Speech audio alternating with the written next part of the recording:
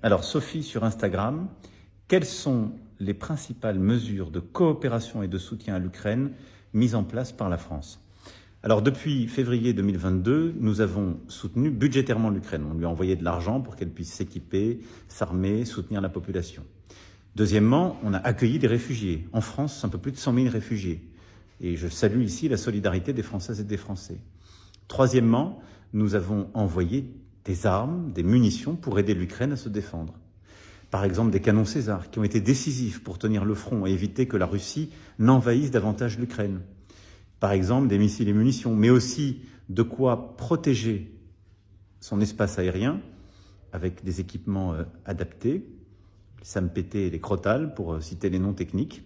Puis enfin, des missiles qui permettent d'aller au-delà de la ligne de front pour aller détruire des entrepôts sur le sol ukrainien, des capacités russes qui menacent l'Ukraine. Donc ça, c'est le soutien militaire que nous avons apporté.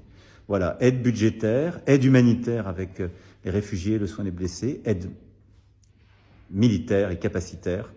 Voilà ce que nous avons fait depuis, ce que nous continuerons de faire aussi longtemps que nécessaire. En même temps, ce que nous avons décidé le 26 février dernier, c'est de continuer de faire plus, de mener des coalitions, d'entraîner les autres, mais aussi de faire différemment.